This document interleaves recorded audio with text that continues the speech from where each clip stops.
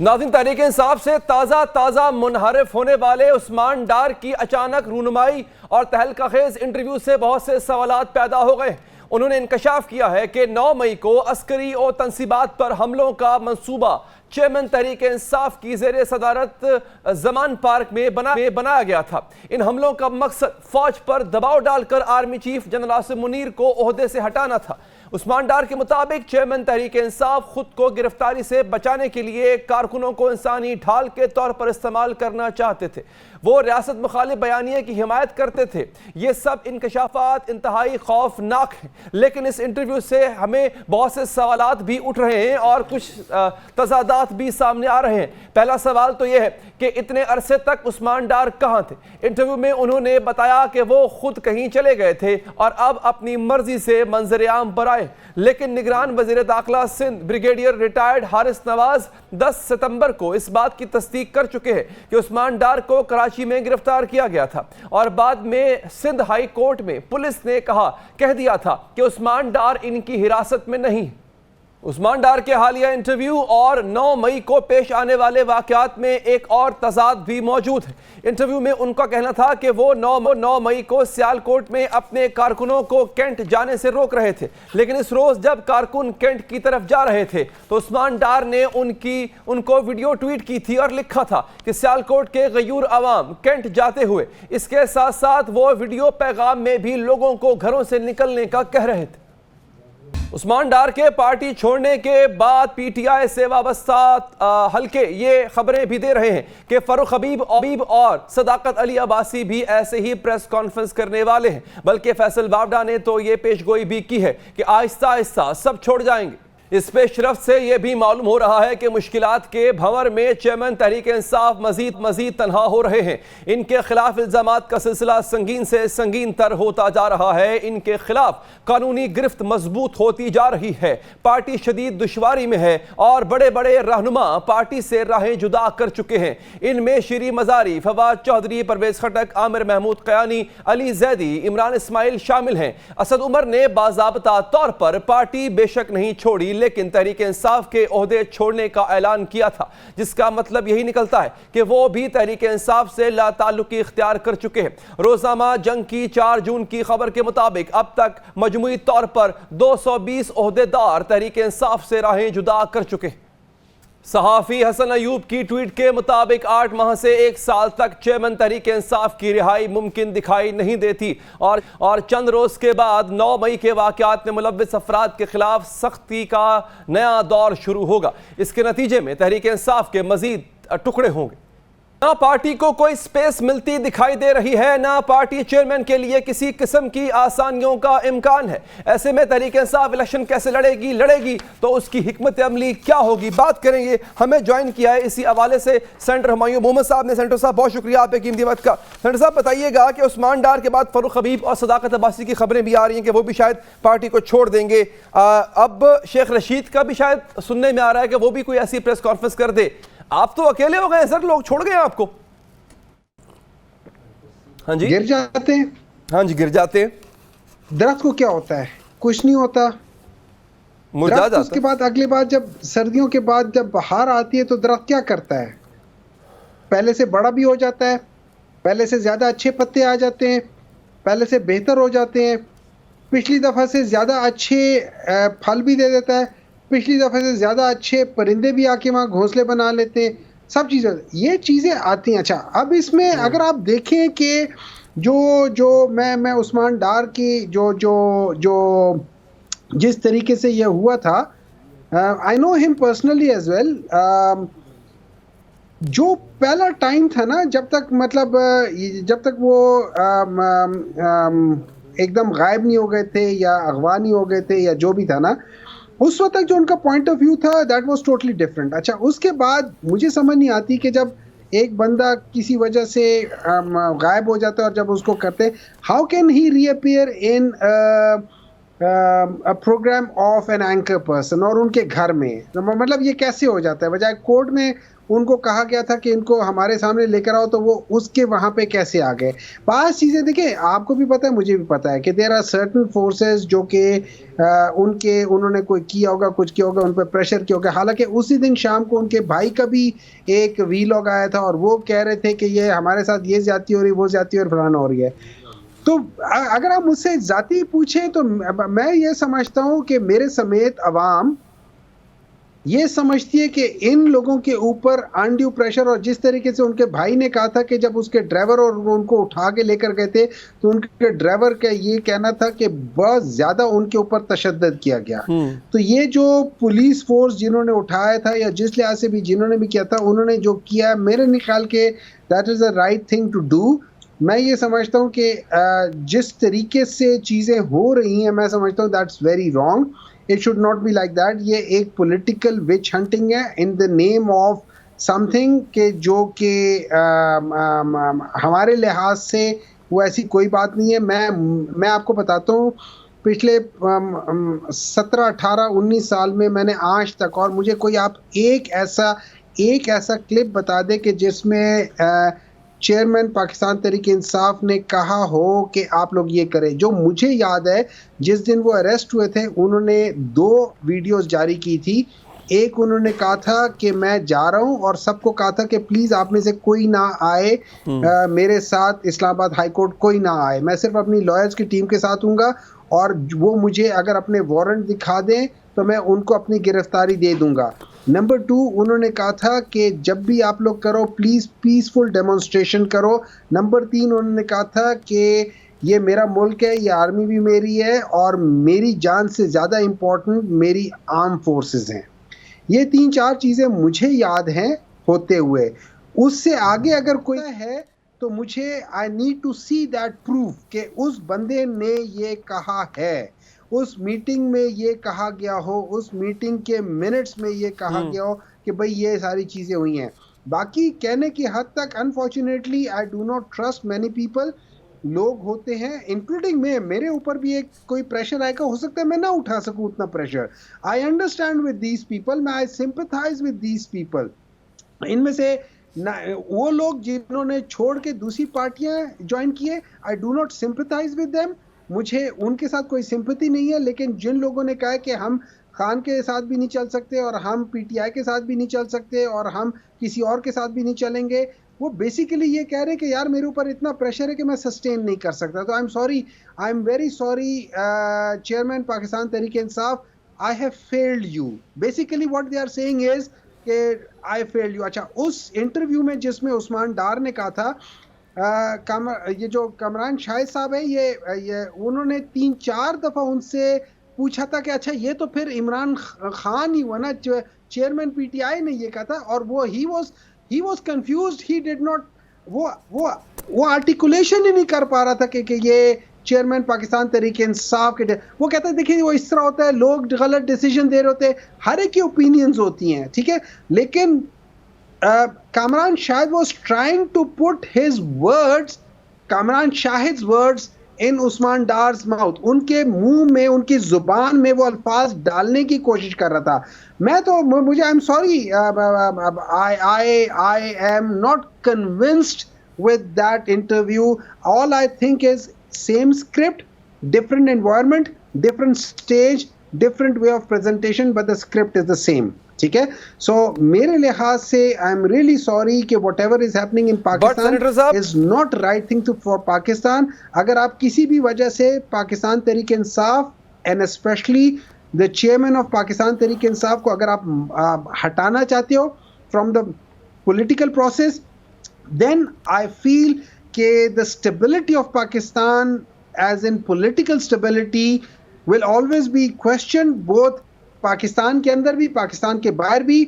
और क्या उससे पाकिस्तान की इकोनॉमिक स्टेबिलिटी आएगी, नहीं आएगी? क्या कुछ चीजें बेहतर हो जाएंगी? हाँ बेहतर हो जाएंगी, लेकिन कब तक नहीं। अच्छा सेनेटर साहब देखिए, बात ये है, आप इसको खजा कह रहे हैं सर, लेकिन खाली खजा नहीं है, आपका दरख्त काटा जा रहा है और लग ये रहा है कि जड़ से काटा जा रहा है, क्योंकि जड़ें आपकी छोड़ के चली गई हैं। मैं अगर मरकजी क़यादत की बात करूं तो मरकज में नहीं, सूबों में मरकजी क़यादत नहीं है आपके साथ, तो सर वो नए पत्ते आपको जमा करते करते बहुत वक्त लग जाएगा। अभी नजर ये आ रहा है कि आपका दरख्त कट चुका हुआ है। मैं आपको एक बात बताता हूँ, देखिए इस तरह है कि इसमें कोई शक नहीं है कि उनकी कोशिश ये है कि वो दरख्त काट रहे हैं, काट दे। हाँ। वो दरख्त काट नहीं पा रहे, वो दरख्त जो है ना वो रेजिस्ट कर रहा है। वो दरख्त उनके कुल्हाड़े से बहुत ज्यादा मजबूत है।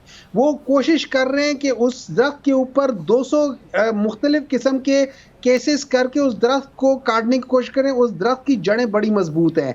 वो दरख्त वो क्रिसमस ट्री नहीं है कि कभी जाके हर कुछ अरसे बाद जाके इंग्लैंड में बैठ जाए या हर कुछ अरसे जाके किसी और जगह बैठ जाए। वो दरख्त अपनी जड़ों के साथ खड़ा है और वो इधर ही है। और अगर खुदा न खासा उस दरख्त को कुछ हुआ तो इसी जगह पे ही होगा। उस दरख्त की जो सब चीजें वो इसी मुल्क के लिए, उस दरख्त ने इस मुल्क को as oppose to any other Christmas tree जिनकी यहाँ पे जड़ें नहीं है, जिनके सारी की सारी आसाइशें मुल्क से बाहर हैं, जो कि इलाज बाहर करते हैं, जो कि ईदें बाहर करते हैं, जिनके बच्चे जो कि पैदाइश पाकिस्तान की है, परवरिश पाकिस्तान की है, लेकिन अपने आप को कहते हैं कि हम तो पाकिस्तानी हैं ही नहीं।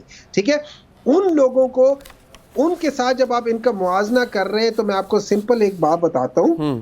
एक बात याद रखिए, इस दरख्त का एक वजन है।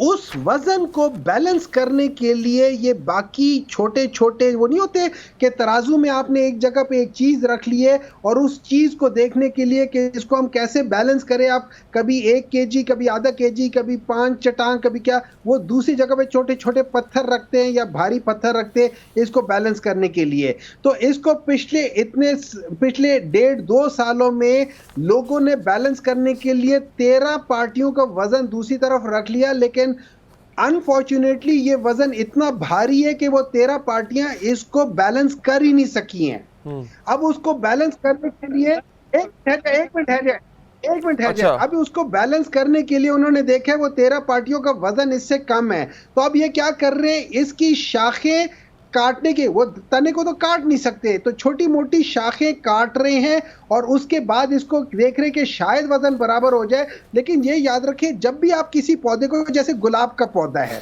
जब आप उसकी तराशते हैं, ये करते हैं, वो पहले से ज्यादा बड़ा हो जाता है, पहले से ज्यादा इसको आबियारी भी तो चाहिए होती है ना। ये समझते हैं कि ये सारे लोग चले गए हैं, तो ये याद रखें, इसी दरख्त ने उन सारों को ताकत दी थी, इसी दरख्त ने उन सारों को रिकग्निशन दी थी। यही दरख्त किसी और को भी ताकत दे देगा, यही दरख्त किसी और को भी रिकग्निशन दे देगा। एज फार एज द दरख्त is there, the rest of thing is not an issue at all, और ये अवाम फैसला करेगी। सेनेटर साहब, अर्ज ये है कि दरख्त जितना मर्जी ताकतवर तनावर क्यों ना हो, कुल्हाड़ा कमजोर ही क्यों ना हो, लेकिन अगर उसको आबियारी ना हो, उसके पानी ना दिया जाए, तब भी वो सूख जाता है। आपके दरख्त का पानी है आपके वोटर्स, आपके सपोर्टर्स। सुनने में यह भी आ रहा है कि इलेक्शन कमीशन कोई साहब पहुंच गए हैं, दरख्वास्त ले गए कि आपको बल्ले का निशान, बैलेट पेपर पे बल्ले का निशान अलॉट ही ना किया जाए, लगाया ही ना जाए। सर, अगर ऐसा होता है तो फिर क्या होगा? हिकमत अमली क्या है आपकी? मुझे ऐसा मैं ये समझता हूं कि इनमें से कोई भी ऐसा नहीं है जो एक्चुअली जाने वाला हो। हाँ, उनको फोर्स किया जा रहा है, उनको किया जा रहा है, और वो उस अच्छा इस तरह है। देखिए, ये चीज होती है कि वो कहते हैं ना, let's cross the bridges as they come. तो जैसे जैसे पुल आएंगे हम वैसे वैसे देखेंगे कि यार ये पुल को हमने कैसे किया। कोई पुल अच्छा स्ट्रांग हो तो हम ट्रक समेत गुजर जाएंगे, कोई छोटा होगा तो हम उसको ट्रक को कहीं और से गुजार के और बाकी हम गाड़ियों में चले जाएंगे या पैदल चले जाएंगे, या अगर वो रस्सी वाला पुल हुआ तो हम उसको किसी और तरीके से वो कर लेंगे। वो हम उस लिहाज से उसके फैसले होते हैं, ये पॉलिटिकल फैसले उससे होते हैं। अब मैं सिनारियोज बता देता हूँ। पहले तो ये है कि पाकिस्तान तहरीक इंसाफ का जो निशान है, बल्ले का निशान है, उसके ऊपर मोस्ट प्रॉब्ली वो लोग हटा नहीं सकेंगे। अगर हटा देते, जो भी निशान आ जाएगा, पाकिस्तान तहरीक इंसाफ निशान की, अब पाकिस्तान तहरीक इंसाफ इतनी बड़ी फोर्स हो गई है कि पाकिस्तान तहरीक इंसाफ एक निशान की मोहताज नहीं रही। ठीक है। नंबर 2, क्या पाकिस्तान तहरीक इंसाफ के बाद हमारे पास हर एक कंस्टिट्यूएंसी में, हर एक पाकिस्तान की नेशनल असेंबली, प्रोविंशियल असेंबली की कंस्टिट्यूएंसी में 2 से 3 से 4 कैंडिडेट्स पहले भी थे, आज भी हैं। ये जो लोग गए हैं, इनमें से ज्यादातर इनके अगर आप परसेंटेज देखें ये बहुत कम लोग गए हैं, और अगर फर्ज करें ये जाते हैं तो इनके पीछे हर जगह पे एक एक, दो दो, तीन तीन, चार चार लोग हैं। तो हम एक को देंगे, दूसरे को देंगे, तीसरे को देंगे, बड़े साफ सुथरे लोग हैं। चलो इनके ऊपर बाज लोग कहते हैं इनके ऊपर क्वेश्चन मार्क्स हैं, बाकियों के ऊपर तो कोई क्वेश्चन मार्क भी नहीं है, तो वो करेंगे। अदालत है, हम उसको भी देखेंगे, हम उस पूरे सिस्टम के सामने हम अपने बयानियां रखेंगे, और अगर कुछ हो ना हो, अवाम का तो असल चीज तो अवाम है, असल स्टेक होल्डर तो अवाम है। हम अवाम के सामने करेंगे कि यार ये सारी चीजें हैं, और मैं आपको बता देता हूं कि अगर कुछ भी नहीं होता, गॉड फॉरबिड, बाकी सारी चीजें भी होती हैं, तो पाकिस्तान तहरीके इंसाफ का अगर हर एक बंदा इंडिपेंडेंटली खड़ा हो जाए एज एन आजाद उम्मीदवार, और लोगों को बता दिया जाए, सोशल मीडिया है, हर एक को वो पता चल जाएगा, अगर बता दिया जाए कि मिस्टर हुमायूं जो कि इस वक्त पाकिस्तान तहरीके इंसाफ का मेंबर नहीं है, ये पाकिस्तान तहरीके इंसाफ का बंदा है, वो जीत जाएगा। लेकिन की जो हुकूमत सेनेटर साहब सुनिएगा सर, देखें तहरीके इंसाफ का कैंडिडेट होना ये भी इस बात के मुतरादिफ है कि आपको बहुत बड़ी ताकत से टकराना है, और अब तक तो जो आपके बड़े बड़े लोग हैं वो टकरा तो नहीं सके सर, कईयों ने प्रेस कॉन्फ्रेंस कर दी हुई। अब ये टक्कर के लोग जब टकरा नहीं पा रहे हैं तो खबर ये भी आ रही है कि शायद शेख रशीद भी छोड़ देंगे। जरा इसके बारे में बताइएगा। खबर आ रही है कि सदाकत अब्बासी, फरूख हबीब भी किसी लम्हे प्रेस कॉन्फ्रेंस कर सकते हैं। सर जरा इनके बारे में बताएं कि ये कब छोड़ के जा रहे हैं आपको। देखिए, मुझे ऐसा, मैं ये समझता हूं कि इनमें से कोई भी ऐसा नहीं है जो एक्चुअली जाने वाला हो। हाँ, उनको फोर्स किया जा रहा है, उनको किया जा रहा है, और वो उस फोर्स की वजह से शायद फॉर द टाइमिंग साइड पे हो जाए या जो भी हो जाए, ये तो फिर वक्त आगे पता गया। लेकिन देखिए, ये जो आपने सवाल पूछा है, ये आपने सवाल मुझसे नहीं पूछना, ये आपने सवाल अदालतों से पूछना है, ये आपने सवाल पाकिस्तान के चीफ जस्टिस से पूछना है कि उनके होते हुए ये सारा कुछ हो रहा है, ये क्यों हो रहा है। ये उनकी जिम्मेदारी है, ये अब उनके ऊपर एक बहुत बड़ी जिम्मेदारी है, और वो शख्स जो है ना, मेरे लिहाज से उनको इस चीज में देखना चाहिए। ये ह्यूमन राइट्स भी है, ये जो क्या कह सकते हैं, ये larger interest of the public भी है। ये सारी वो चीजें जिसमें एक्चुअली सुओ मोटो एक्शन, और अगर 3 या 4 या 5, मेरे लिहाज से तो फुल बेंच बैठा हुआ है, मेरे लिहाज से तो फुल बेंच को इसको उठा लेना चाहिए। ये जो प्रोसीजर और उसके एक्ट की बात कर रहे हैं, वो तो कोई माने ही नहीं रखता। आपके सामने लोग मर रहे हैं, आपके सामने लोगों के साथ ज्यादती हो रही है, और आप लोग प्रोसीजर के ऊपर बात कर रहे हैं। ये बिल्कुल इसी तरह ही है कि वो लोग वहां पे मर रहे हैं और आप कह रहे हो कि यार ये खाने में ये चीज कम है, ये चीज ज्यादा है, दूसरी तरफ लोग भूख से मर रहे हो। आप कह रहे हैं कि मुकदमात और आपकी समात है वो जजेस आपसे पूछ के करें। चलें ठीक है जी, बहुत बहुत शुक्रिया आपका सेनेटर हुमायूं मोहम्मद साहब, आपने प्रोग्राम के लिए वक्त निकाला। आगे बढ़ते हैं नाज़रीन, सर्दी ने अभी अंगड़ाई भी नहीं ली है, लेकिन बदतरीन गैस बहरान हमारा सामना करने को तैयार बैठा है। इस पर बात करेंगे इस वक्फे के बाद।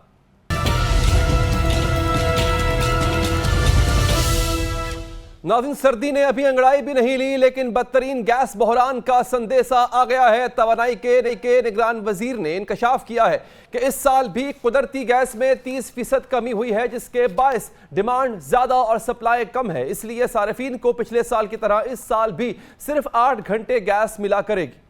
कि मुतादिद हुकूमतों ने अपने अदबार में पाकिस्तानियों को कुदरती वसाइल के नमूदार होने की नवीज़ सुनाई।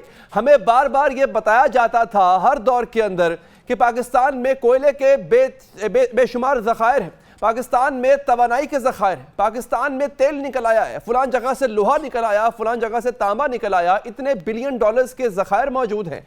उसके बावजूद भी पाकिस्तान को संगीन तवानाई बहरान का सामना रहता।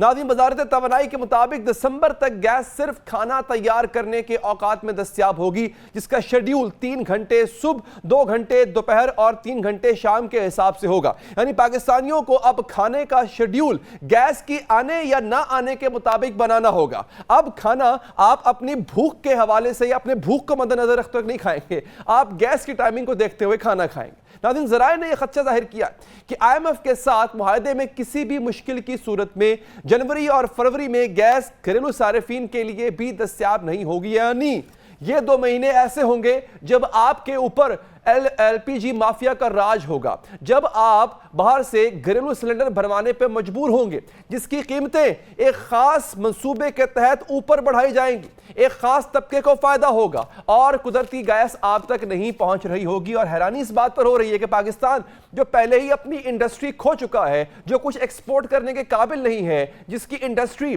गैस के जरिए अपने यूनिट्स चलाती थी, उसको भी गैस मैसर नहीं होगी तो पाकिस्तान की एक्सपोर्ट्स का क्या होगा। यानी नाज़रीन, इसका लुब्बे लुबाब यह है कि गैस का बहरान बेकाबू हो जाएगा। सवाल यह है कि गैस बहरान के बाब में हम खड़े कहां हैं और इससे छुटकारा कैसे मुमकिन है। इसका एक ही जवाब और एक ही हल है नाज़रीन, और वो है थरकोल मंसूबा। जी हां, शुमार के मुताबिक थर में दुनिया के कोयले के दूसरे बड़े 185 अरब टन ज़खायर मौजूद हैं। ये ज़खायर सऊदी अरब और ईरान के मजमूई 400 अरब बैरल तेल के ज़खायर के मुसावी हैं। आप एक लम्हे के लिए सोचिए कि ईरान ने, चले ईरान पे तो पाबंदियां हैं, लेकिन सऊदी अरब ने अपनी तेल के निज़ाम के जरिए तेल बेचने के बाद सऊदी अरब आज कहां खड़ा है। गो के उसने और भी अपने एवेन्यूज टैप किए, लेकिन उसने हकीकत में तो तेल बेचा पूरी दुनिया को, और आज सऊदी अरब दुनिया के अमीर तरीन ममालिक में नाम रखता है। पाकिस्तान के पास इससे भी ज्यादा ज़खायर है, उसके बावजूद भी आज हमारे पास अपने ही ज़खायर को इस्तेमाल करने के लिए वसाइल मौजूद नहीं है। नाज़रीन, थर के इसी कोयले से नई टेक्नोलॉजी के जरिए 2 मंसूबे कामयाबी से 1980 मेगावाट बिजली पैदा कर रहे हैं, जो मजमूई बिजली पैदावार का तकरीबन 18%, जिसमें से 660 मेगावाट का पहला प्रोजेक्ट एंग्रो के साथ जुलाई 2019 में, जबकि 1320 मेगावाट का सी पैक के तहत दूसरा प्रोजेक्ट शंघाई इलेक्ट्रिक के साथ इस साल फरवरी में मुकम्मल हुआ। अब नाज़रीन, जनूबी अफ्रीका के नेल्सन मंडेला यूनिवर्सिटी की कोल लैब ने नई तहकीक में नवीज सुनाई है कि थर का कोयला गैसिफिकेशन के लिए इंतहाई करामत है। गैसिफिकेशन क्या होती है कि ज़ेरे ज़मीन ही उस कोयले की हैत को तब्दील करके उसको माया गैस में तब्दील किया जाएगा, जिससे हमें तवानाई यानी एनर्जी मिलेगी। नाज़रीन, कोल माहिरीन की इस रिपोर्ट के मुताबिक थर से कोयला निकालकर इससे गैस पैदा की जा सकती है, और यह दुनिया में कोयले से गैस पैदा करने का एक मुस्तनद तरीका है, क्योंकि इससे फजाई आलूदगी भी नहीं पैदा होती है। नाज़रीन, शुमार के मुताबिक पाकिस्तान को मजमूई तौर पर 2000 MMBTU गैस शॉर्टेज का सामना है। थरकोल की गैसिफिकेशन से न सिर्फ गैस का यह पहाड़ जैसा बहरान टल जाएगा और 27 अरब डॉलर्स पर मुहित तवानाई का आसमान को छूता बजट महदूद हो जाएगा, बल्कि थरकोल की गैसिफिकेशन से मुल्क की 200 साल के लिए तवानाई के बिगड़े मसले से जान छूट जाएगी।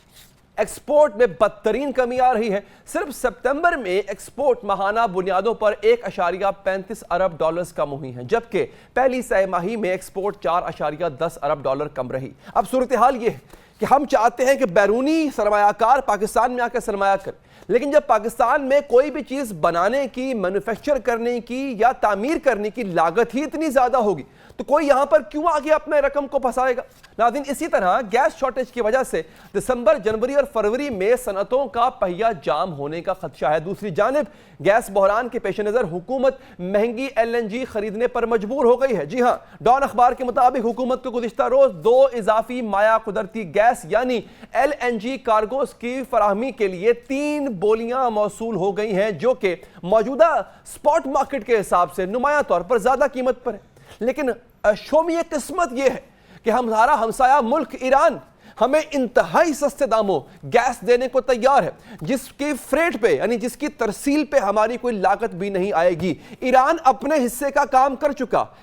जरदारी साहब के दौर में, पीपल्स पार्टी के पिछले दौर में यह मंसूबा ईरान की जानिब से मुकम्मल किया गया। हमने बलोचिस्तान से अपने हिस्से की गैस पाइपलाइन बिछानी है।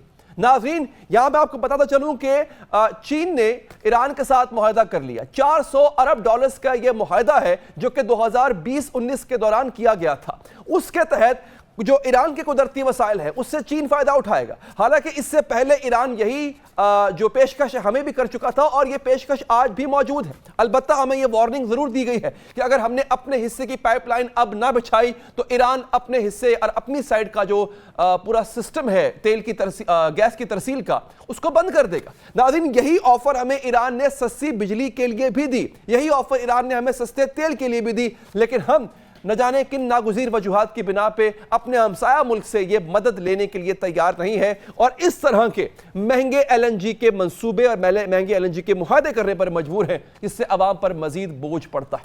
नाज़रीन, हुक्काम के मुताबिक दिसंबर के पहले हफ्ते में LNG कार्गो का सौदा तय हो गया है। 7 दिसंबर को मिलने वाला LNG कार्गो $15.7 फी बैरल फी MMBTU पर मिला। दिसंबर के दूसरे हफ्ते के लिए कार्गो की कीमत $19.39 फी MMBTU से ज्यादा होगी। सोचिए, ये पैसे आपकी जेब से निकाले जाएंगे, ये पैसे आपको ज्यादा कीमत अदा करने होंगे। नाज़रीन, वज़ारत तवाराई के हुक्काम ने बताया कि दिसंबर के तीसरे और आखिरी हफ्ते के लिए अभी तक कोई बोली मौसूल हुई है और ना ही जनवरी और फरवरी के लिए भी LNG का कोई बंदोबस्त हुआ, यानी जनवरी, फरवरी और दिसंबर का महीना शायद गैस मयस्सर ही। बात करेंगे इस हवाले से, हमें ज्वाइन किया है डॉक्टर फरीद मलिक साहब ने। आप एक्स चेयरमैन हैं पाकिस्तान साइंस फाउंडेशन के। डॉक्टर साहब, शुक्रिया आपका। सर, गैस तो यहाँ पे पहले लोड शेडिंग का एक जिन था, अब तो गैस भी बेकाबू हो गया है। गैस का जिन, गैस नहीं मिलेगी, घरों में तो खाना पकेगा नहीं पकेगा। इंडस्ट्री का डॉक्टर साहब क्या होगा हमारी? देखिए जी, मैं इस वक्त आया हूँ इंटरनेशनल पिट्सबर्ग कोल कॉन्फ्रेंस में। अच्छा। और यहाँ बेशुमार पेपर्स प्रेजेंट हुए हैं, मेरा भी पेपर है इसी पे, producing synthetic natural gas from थर कोल इन पाकिस्तान। इशू ये है कि हमने लेबॉर्ट्री पे तो थर कोले से गैस बनाने में हम कामयाब हो गए हैं, मगर अब कमर्शियल प्रोडक्शन तक जाने में वक्त लगेगा। वो फिर डिपेंड करता है कि हुकूमत इसको कितना सीरियसली लेती है और कितना इसको परसू करती है, कितने रिसोर्सेज लगाती है। फिलहाल जो है टेक्निकली हमारे थर कोल से गैस बनने में कोई रुकावट नहीं है। थर कोल से गैस बन चुकी है, बहुत अच्छी गैस बनी है, कोई मसला नहीं है, पाइपलाइन क्वालिटी गैस है। अब हम कोशिश करेंगे कि एक पायलट या डेमोन्स्ट्रेशन यूनिट जो है वो कुछ 6 महीने तक पाकिस्तान में लग जाए और उसके बाद फिर हम कमर्शियल प्रोडक्शन स्टार्ट कर सकते हैं गैस। अच्छा सर, मुझे बड़ी हैरानी डॉक्टर साहब इस बात पे हो रही है। आपने कहा कि अगर गवर्नमेंट सीरियस होती है इस बारे में, तो मेरे लिए बड़ी हैरानी का लम्हा है कि गवर्नमेंट सीरियस क्यों नहीं है। आए दिन तो हमारे सामने रोना रोया जा रहा होता है एनर्जी क्राइसिस का, सर्कुलर डेट का, जो कि एनर्जी क्राइसिस की यानी एनर्जी की बढ़ती हुई कॉस्ट की वजह से ही पैदा हो रहा है। आए दिन हमें बताया जाता है कि हम फंसे हुए हैं IMF के मुआहदों में, सब्सिडी नहीं दे सकते, हमारे पास इतना बड़ा ज़ख़ीरा मौजूद है, तो फिर भी ये सीरियस क्यों नहीं है। अच्छा ये बताएं, क्या हमारे पास जो अभी डॉक्टर साहब करंट वसाइल हैं इसकी गैसिफिकेशन के, क्या उससे हम ये थर के कोयले का इस्तेमाल एनर्जी प्रोड्यूस करने के लिए कर लेंगे? नहीं, अपने जराए से हमें मदद तो चाहिए होगी, टेक्नोलॉजी चाहिए होगी, क्योंकि नई टेक्नोलॉजी है और इंटरनेशनल कोलैबोरेशन होगी। मैं यहाँ मिला हूँ कुछ लोगों से और कुछ इंटरेस्ट मैंने जनरेट किया है, तो मैं इंशाल्लाह पाकिस्तान आके फिर इसमें मजीद काम करूंगा। अच्छा, मगर ये कि बिल्कुल हम खुद कफील हो सकते हैं, अपने कोयले से हम गैस बना सकते हैं। शुरू में हमें कुछ कोलैबोरेशन करनी पड़ेगी, तो अगर एक दफा जब वो डेमोन्स्ट्रेशन हो जाएगी तो फिर हम अपनी गैस जो है खुद कफील हो सकते हैं, क्योंकि कोयला हमारे पास बहुत है। और यहाँ इस वक्त बहुत डिस्कशन हो रही है कि सारी दुनिया में अब दोबारा एक कोल बेस्ड एनर्जी सिस्टम की तरफ तवज्जो दी जा रही है, क्योंकि बाकी जो चीजें थी उनके वो रिजल्ट ही निकली जो एक्सपेक्टेड थे। तो इस वक्त सारी दुनिया में एनर्जी क्राइसिस है और कोयला जो है वो दोबारा एक कम बैक कर रहा है। और हमारे पास क्योंकि कोयले के बहुत बड़े ज़खायर हैं, 175 बिलियन टन, और मैंने ये डिस्कस भी किया, अब हम वो गलतियां नहीं करेंगे जो माजी में लोगों ने की थी, और हम मॉडर्न 21st सेंचुरी टेक्नोलॉजी से खुद कफालत हासिल कर सकते हैं, अपनी सारी एनर्जी नीड्स पूरी कर सकते हैं कोयले से, जिसमें गैस भी होगी, फर्टिलाइजर भी होगी, बिजली भी होगी, केमिकल्स भी होंगे। तो बहुत इस वक्त कोयले पे रिसर्च दोबारा शुरू हो गई बड़े लेवल पे, क्योंकि लोगों ने ये रियलाइज किया है कि कोयले के बगैर अभी हम खुद कफील एनर्जी, हम नहीं, सिर्फ सारी दुनिया में ये ट्रेंड आ रहा है दोबारा से। मगर वो गलतियां हम नहीं करेंगे जो माजी में हमने की थी। सामने तो खैर नहीं की, सारी दुनिया ने की थी, क्योंकि हमारे पास तो गैस थी, हमने तो कोयला इतना इस्तेमाल ही नहीं किया। और इसमें इंडिया में भी, हिंदुस्तान में भी बहुत बड़ा प्रोग्राम उन्होंने लॉन्च किया है कि कोयले की गैसिफिकेशन का और उससे उसके मल्टीपल यूजेस का। तो ये बिल्कुल राइट टाइम हम इसमें एंटर हुए हैं और हमने गैस बना ली है टेक्निकली, अब हम गैस बना सकते हैं। अब जितना हम इसको रिसोर्सेज लगाएंगे, जितना इसको परसू करेंगे, उतनी जल्दी हम एक coal based energy system develop कर सकते हैं, जिससे हम खुद कफालत जल्दी से जल्दी हासिल कर सकते हैं। डॉक्टर साहब ये बताएं कि देखिए, हमें तो अभी फौरी तौर पे इस क्राइसिस को ओवरकम करने की जरूरत है ना, ये है लॉन्ग टर्म प्लान। कितना अरसा आप समझते हैं कि लग जाएगा इसका पूरा पोटेंशियल यूज करने में? कितना टाइम हमें रिक्वायर्ड है, कौन कौन से रिसोर्सेज रिक्वायर्ड हैं, अगर कोई हमें बाहर से मदद की जरूरत है in terms of technology and expertise, उसको लेने के लिए गवर्नमेंट कितनी संजीदा है, क्या हम किसी से मुआहदा करने जा रहे हैं, किसी से बात हो रही है हमारी? जी, ये जो इस वक्त जो हम LNG खरीद रहे हैं वो हमें $20 पर MMBTU से ज्यादा की मिल रही है, क्योंकि सारी दुनिया में एनर्जी का क्राइसिस है। ठीक है सर। हम जो खुद अपने कोयले से गैस बनाएंगे वो आधे से भी कम हमें पड़ेगी, को $7-8-9 के करीब पड़ेगी। अच्छा। और वो उसमें हम डॉलर नहीं हमें खर्चे पड़ेंगे, हम अपने यानी रुपीज में अपने खर्चे से उसको बनाएंगे। इनिशियल इन्वेस्टमेंट जरूर होगी। अब वो हम मॉडल स्टडी कर रहे हैं कि इनिशियल इन्वेस्टमेंट का मॉडल क्या होगा। वो हम कोलैबोरेशन करेंगे, जॉइंट वेंचर करेंगे, ये पब्लिक प्राइवेट पार्टनरशिप करेंगे। इन्वेस्टमेंट तो दरकार होंगी, मगर ये है कि हमारा ये जो एनर्जी बिल है ये एकदम ड्रास्टिकली रिड्यूस हो जाएगा और 2 से 5 साल में हम टोटली एनर्जी में खुद कफील हो सकते हैं अगर और कोल की बेस्ड एनर्जी सिस्टम हम डेवलप करें विद 21st सेंचुरी टेक्नोलॉजीज। देखिए, उम्मीद तो इसी बात की है कि जो आप कह रहे हैं अल्लाह करे ऐसा ही हो। हुकूमतें हर बार दावा करती हैं कि ये एक ऐसा एसेट है हमारे पास, एक ऐसा खजाना है कि जिसके ऊपर हम बैठे हुए हैं साल साल से, मगर हमने उसको उस तरह से इस्तेमाल नहीं किया।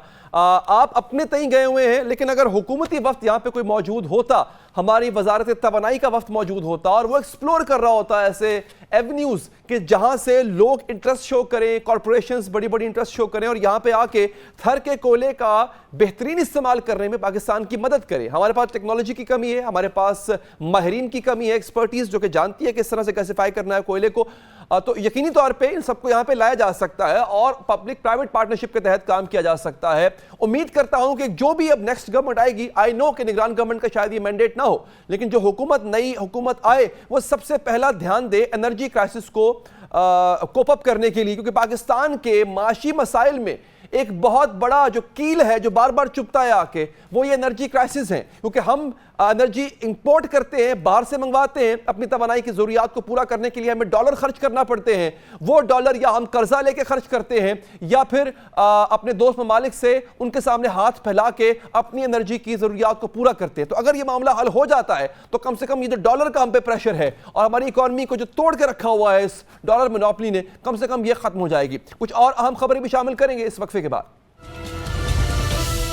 नाज़रीन, भारत में वर्ल्ड कप शुरू हो चुका है। आज का इफ्तिताही मैच न्यूजीलैंड और इंग्लैंड में हुआ, जिसमें न्यूजीलैंड ने इंग्लैंड को हरा दिया। पाकिस्तान की क्रिकेट टीम भी 7 साल बाद भारत का दौरा कर रही है। कल पाकिस्तान का मुकाबला नीदरलैंड से होगा और 14 अक्टूबर को पाकिस्तानी टीम अपने रिवायती हरीफ के मद्दे मुकाबला आएगी। लेकिन साथ साथ कुछ खदशात भी पैदा हो चुके। यह खदशा जाहिर किया जा रहा है कि अहमदाबाद में दहशतगर्दी हो सकती है। इसी खदशे के पेश नज़र पाकिस्तान ने इंटरनेशनल क्रिकेट काउंसिल से मुतालबा किया है कि पाकिस्तान क्रिकेट टीम को मुकम्मल तहफ़्फ़ुज़ फराहम किया जाएगा। जी हाँ नाज़रीन, कहा यह जा रहा है कि जो तंग नज़र भारतीय तंजीमें हैं और हिंदुत्वता को प्रमोट करने वाली तंजीमें जैसे कि RSS, ये पहले भी धमकियां दे चुकी है कि पाकिस्तानी टीम अगर भारत आई या भारत का दौरा किया तो वहां पर कोई नाखुशगवार वाक़या हो सकता है। नाज़रीन, क्रिकेट को जेंटलमैन गेम यानी मुहज़्ज़ब अफराद का खेल कहा जाता है, लेकिन इसी खेल को खेलने वाले खिलाड़ी अक्सर मैदान में गैर मुहज़्ज़ब रवैये का मुजाहरा भी करते हैं। जी हाँ नाज़रीन,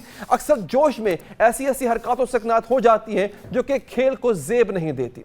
खेल के मैदान को मैदान जंग बनाया भी जाता है, खास तौर पे जब पाकिस्तान और भारत का मैच होता है तो दोनों मुल्कों के खिलाड़ी का रवैया जारहाना हो जाता है। हम ये भी देखते हैं कि आवाम जो पवेलियन में बैठी होती है उसका रवैया भी जारहाना हो जाता है और दोनों टीमों के खिलाड़ी भी अपनी अपनी आवाम से, अपने अपने सपोर्टर से दाद समेटने की खातिर ऐसी हरकतों सकनात कर जाती हैं जो कि ज़ेब नहीं देती कि मैदान में की जाए। लेकिन अब ये रवैये नाज़रीन बदलते हुए नजर आ रहे हैं। जो पहले खेल के मैदान को भी मैदान जंग समझते थे, अब वो एक दूसरे के लिए मस्बत जज्बात और ख्यालात का इजहार करते हैं, एक दूसरे के साथ एहतराम से पेश आते। हमने हालिया दिनों में जो सीरीज हुई हैं उसमें ऐसे मनाजिर कई बार देखे। अभी पाकिस्तानी क्रिकेट टीम के कप्तान बाबर आजम हैदराबाद पहुंचे तो भारतीय टीम के कप्तान रोहित शर्मा खास तौर पर इन्हें गले मिलने के लिए आए।